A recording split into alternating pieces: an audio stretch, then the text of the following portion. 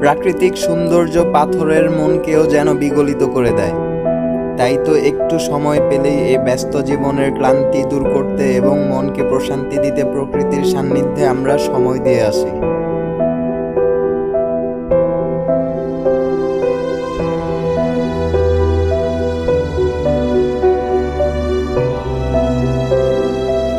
প্রকৃতির প্রেমে পড়েই যে মহাকবিরা অসংখ্য কবিতা রচনা করে গেছেন।